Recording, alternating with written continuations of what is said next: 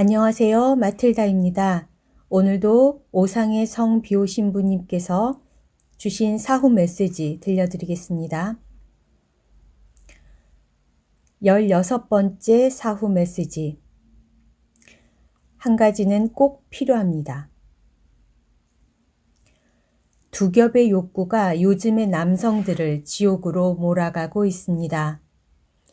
금전욕과 쾌락 추구가 그것인데 한편 여성들의 경우 전면적 탈선이 문제입니다.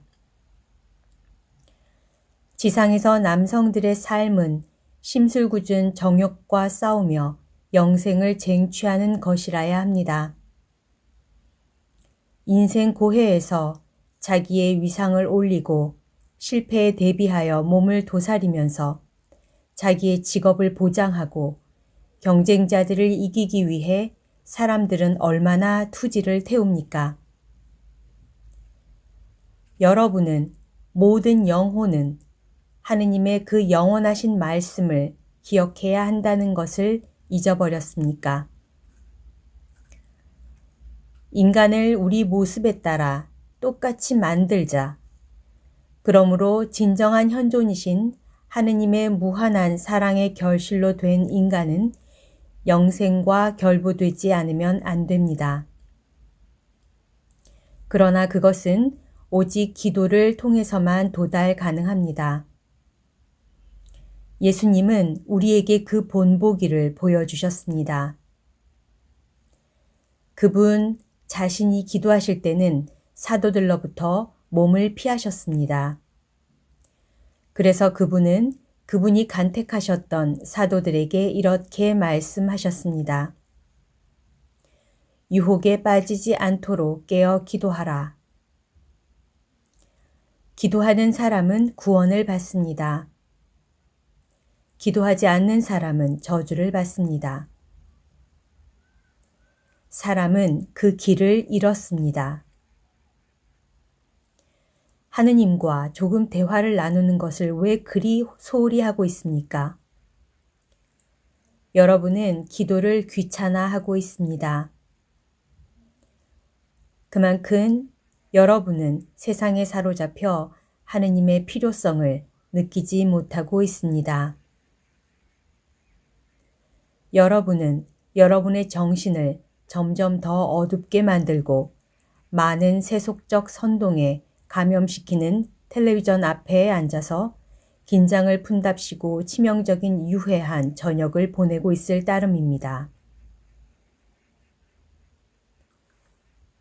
여러분의 영혼은 우주의 창조주이신 하느님을 통해 만들어지고 드높여진 여러분의 삶의 진정한 재산이라는 것을 진지하게 생각하십시오. 이런 진실 이외의 것은 모두 쓸데없는 것들입니다. 영혼을 위해 씨 뿌리지 않으면 여러분은 여러분 자신의 품 위, 여러분의 영혼을 짓밟아 텅 빈 공간에 살게 됩니다. 여러분의 믿음을 일깨우십시오. 기도하십시오. 그러면 여러분은 구원될 것입니다. 그들 자신의 구원을 위한 많은 순교자들의 숭고함을 생각하십시오. 그리고 여러분은 여러분의 영혼을 구하기 위해 무엇을 할 것입니까? 도대체 짐 끄는 짐승이 그 주인보다 낫다는 것입니까? 여러분의 영혼은 무한한 가치를 지녔을진데 여러분은 왜 영혼을 짓밟아 짐 끄는 짐승처럼 다루고 있습니까? 도대체 영혼은 여러분의 것입니까? 진실은 거짓말하지 않습니다. 여러분은 여러분을 살게 하는 생생한 영혼을 가지고 있습니다. 영혼이 영생에 들어가기 위해 육체를 떠나면 육체는 생기를 잃어 썩습니다. 그런데도 여러분은 마치 지상에서 영생을 받은 것처럼 전혀 걱정을 하지 않고 있습니다. 과학의 발달로 인하여 여러분은 완전히 거기에 매달려 있습니다. 천상의 일, 여러분의 전 생애를 지배해야 할 천상 애덕에 대한 지식은 날이 갈수록 무시되고 있습니다. 이놈의 과학적 발달, 어리석은 영혼에게 이루 다 말할 수 없는 재해. 현대 과학은 마귀의 성서라 해야 할 것입니다. 발명, 자연 법칙의 탐구, 우주 여행 등 그 모든 것은 여러분을 이 세상의 그 많은 멋진 신비를 이해할 수 있게 하시는 하느님께 더 가까이 하게 하는 것이어야 합니다. 우주 안에서 작은 원자에 지나지 않는 인간은 그와는 달리 과대망상으로 자기를 상실하고 있습니다. 인간은 연구하고 우주에 도전한다면서 건방이 늘어서 자신의 영원한 목표인 창조주를 잊고 있습니다. 인간은 거저 시대만 생각하고 전적으로 과학에 빨려 들어갔습니다. 그러나 진정한 지식인 신앙은 인간의 지식을 능가하는 것입니다. 세상에는 모든 것에 한계가 있습니다. 오직 하느님만은 과거나 미래 할 것 없이 한계를 모르십니다. 그분은 창조되지 않으신 분으로서 전지전능하시며 다 퍼낼 수 없는 무한한 시면이십니다.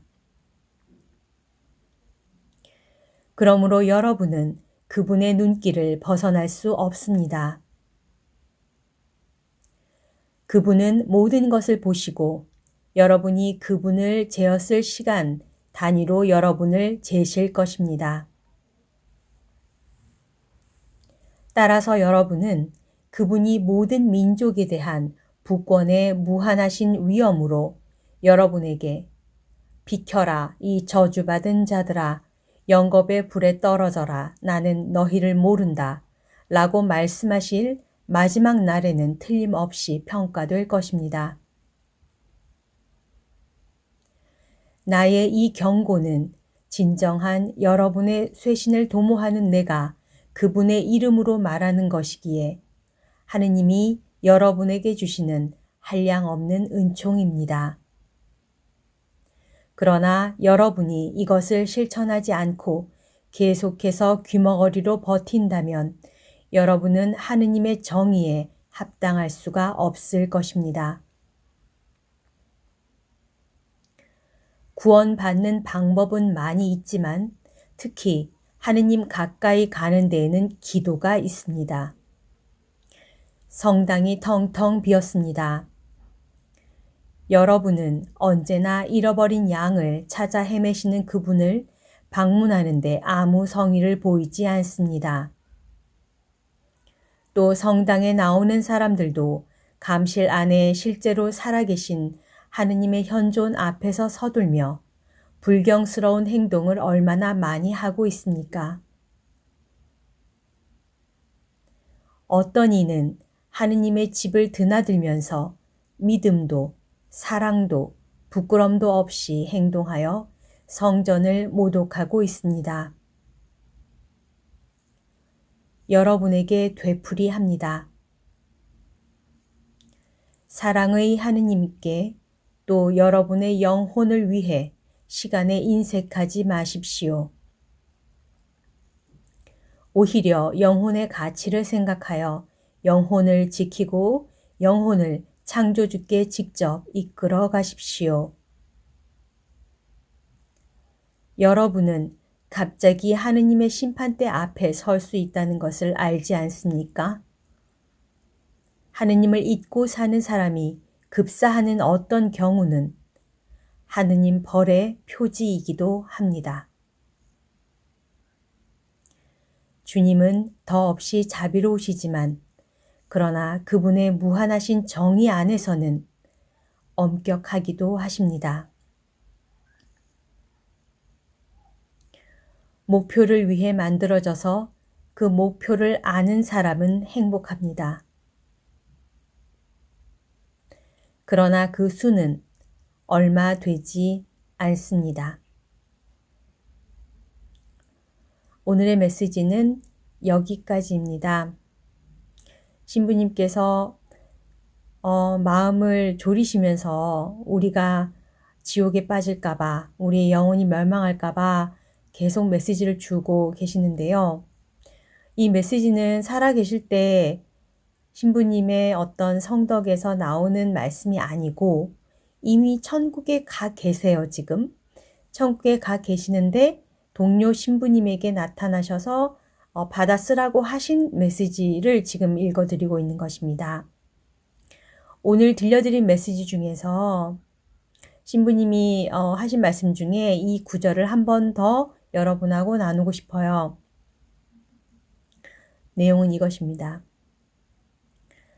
여러분은 갑자기 하느님의 심판대 앞에 설 수 있다는 것을 알지 않습니까?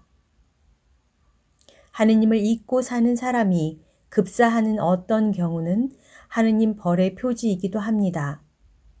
라는 말인데요. 우리가 하느님께서 우리에게 주신 수명을 다 하고 하느님 곁에 가게 될지, 아니면 너무나도 불확실하고 불안한 이 현대 사회에서 갑작스럽게 죽게 될지 모르잖아요. 그죠? 자기가 어떻게 죽을지 알 수 있는 사람은 아무도 없지 않습니까? 근데 이제 방금 신부님께서 말씀하신 급사에 대한 내용인데요. 갑작스럽게 죽지 않게 해주겠다고 하는 예수님께서 약속하신 기도가 있어요. 아시는 분은 아시겠지만 성녀 비르지다의 예수순환 15기도입니다.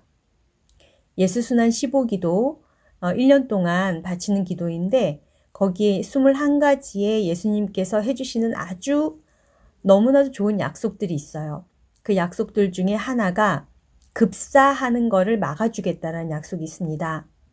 그래서 혹시 급사하기를 바라지 않는 분은 성녀 비르지다의 예수순환 15기도를 바쳐보시기를 권해드립니다.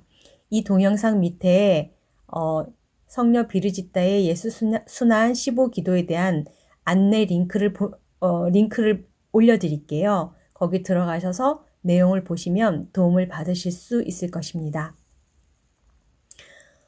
오늘도 하느님의 뜻 안에서 서로 사랑하는 하루 보내시고요. 사랑합니다. 축복합니다.